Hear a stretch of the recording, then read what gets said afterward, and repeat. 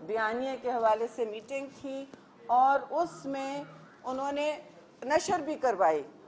بجائے اس کے کہ وہ پرائیویٹ رکھتے یا دوسرے پرائم منسٹر جن کو کووڈ ہو چکا ہے, ہیڈز آف اسٹیٹ جن کو کووڈ ہو چکا ہے, انہوں نے ہمیشہ زوم پہ میٹنگ کی ہے. ورکنگ فرام ہوم کا آپ پیغام دینا چاہتے ہیں تو ایک تو پوری قوم کو بہت ہی مکس میسج گیا اتنی خطرناک ویو میں کہ ایس او پیز کا آپ نے کیا کرنا ہے. ایس او پیز میں آپ کو بتاتی ہوں ایک طرف اور ہماری پروپیگنڈا سرکار ایک طرف. چپ چاپ انہوں نے اگر کسی پر میٹنگ کی ہے تو اکنامک کاؤنسل کال کی گئی ہے, 1 ارب روپے صرف نیریٹو اور میڈیا مینجمنٹ کے لیے دیے گئے ہیں. اگر نہیں دیے گئے اس نازک موڑ پہ جہاں آپ کہہ رہے ہیں کہ کووڈ ویکسین آپ امپورٹ نہیں کر پائے ہیں, جہاں آپ کہہ رہے ہیں چائنا سے بار بار آپ مانگ رہے ہیں کہ آپ ہمیں 1 ملین 1.5 1.5 ملین اور دے دیں, یہ تو چائنا کی اس وقت مہربانی ہے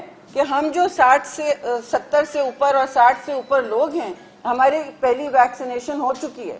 نہیں تو پاکستان کے پاس کوئی ویکسینیشن نہیں آئی ہے. ایسا ہی ہے نا, این سی او سی کی میٹنگ ہوتی ہے تو پھر کہا جاتا ہے کہ ہمیں اب جلد ہمیں پرمیشنز مل جائیں گی. یہ کون سی پرمیشنز ہے اور کون دے رہا ہے؟ پاکستان اپنی حکومت کو پرمیشن ڈریب جو ہے ڈرگ ریگولیٹری اتھارٹی کیا نہیں دے رہے؟ صوبے کو تو انہوں نے نہیں دی ہے. میں یہ اس وقت کلیریفائی کرنا چاہتی ہوں, سوشل میڈیا پہ بات چلی ہوئی ہے جب ہم نے سوال پوچھا کہ ایک رشین ویکسین جو اب پرائیویٹ امپورٹرز کے ذریعے لائی جا رہی ہے اس کی قیمتوں میں 160% منافع کمایا جا رہا ہے. لوگوں کی جانوں سے کھیل کے کووڈ ویکسین اپنے دوست احباب کی کمپنیوں کے ذریعے امپورٹ کی جا رہی ہیں. دوسرے سارے ممالک, ساؤتھ ایشیا کے سارے ممالک, چاہے وہ چھوٹا مالدیوز لے لیں یا بنگلہ دیش لے لیں یا ہندوستان لے لیں یا نیپال لے لیں یا سری لنکا لے لیں, ان ساروں کی شرح ویکسینیشن کی آپ سے بہت زیادہ ہے اور وہ اپنے پاپولیشنز کو مفت ویکسین فراہم کر رہے ہیں. آپ بتائیے کہ 8,000 کے 2 شاٹس کون خرید پائے گا اور کون سی لائن میں وہ کھڑے ہوں گے اور کس کو ترجیح ملے گی؟ تو یہاں تو ظاہر ہے ایک نہیں 2 پاکستان تو چل رہے ہیں. ایک پی ٹی آئی اور ان کے دوستوں کے لیے کرونی کیپٹل جو دوست ہیں ان کے جن کی ایسٹس معاف کی جاتی ہیں بار بار, ٹیکس کی ان کو معافی دی جاتی ہے, چھوٹ دی جاتی ہے بار بار, اور ایک ہم ہیں اور آپ ہیں جو انڈائریکٹ ٹیکسز کے تلے دبے جا رہے ہیں. اس وقت بتائیے کہ 1 بلین روپے میں کتنی ویکسینیشن ہو سکتی تھی؟ آپ 15 روپے اگر چلیے مارکیٹ ریٹ لے لیں, اسپوٹنک کی مارکیٹ ریٹ لے لیں, نہیں کہیں کہ آپ فری ہے, آپ مارکیٹ ریٹ لیں, رشین والی کی مارکیٹ ریٹ لے لیں, 650 لاکھ ابھی ہو جاتے ہیں لوگ ویکسینیٹ, 650 لاکھ, دیٹ 6.5 ملین. ابھی 1 ملین ہوا ہے نا پاکستان میں ویکسینیٹ اسی وقت 6.5 نہیں, لیکن بیانیہ بہت اہم ہے. سارا مسئلہ, سارا فوکس بیانیے کی جنگ پہ ہے اور بس. تو اس وقت جو ہے وہ کس لیے 1 بلین دیے گئے یا نہیں بھی دیے گئے ہمیں بتائیں, جواب دیں کہ اکنامک کاؤنسل نے ہاں کہا یا نہ. اور جو اشتہار آپ اس وقت میڈیا مینجمنٹ اور فوکس کر رہے ہیں, جو میٹنگ پر میٹنگ آپ کی فوج ہے, سارے آپ کے اسپیشل ایڈوائزرز, پروپیگنڈا فوج ہے نا آپ کے پاس, تو وہ کیا کر رہے ہیں اس وقت؟ پاکستان کے لیے کیا تحفہ دے رہے ہیں؟ تو اس صورتحال میں جو نہ انہوں نے پاکستان کو کچھ ریلیف دیا ہے, کوئی تقویت دی ہے, مگر انہوں نے, میں آپ کو بتاتی چلوں, جس طرح اداروں کو گروی رکھ کے آپ کا اور میرا اور پاکستان کا مستقبل بالکل گروی رکھ دیا ہے. اس وقت 44 کھرب آپ کا پبلک ڈیٹ ہو گیا ہے جو 98% ہے جی ڈی پی کا. 98% of your G D P تباہی سرکار نے آ کے ماشاءاللہ سے لیا ہے. جو آپ کو یاد تھا کہ کبھی کسی کے پاس جانے نہیں والے تھے کشکول, تو وہ دھاڑ سے توڑنے والے تھے نا, وہ تو چھوٹی ہوتی جا رہی, ہم تو توڑنے والے تھے. اور اب P T I M F کا حال دیکھیں, ہم غیر موضوع بات نہیں کرتے بھائی, IMF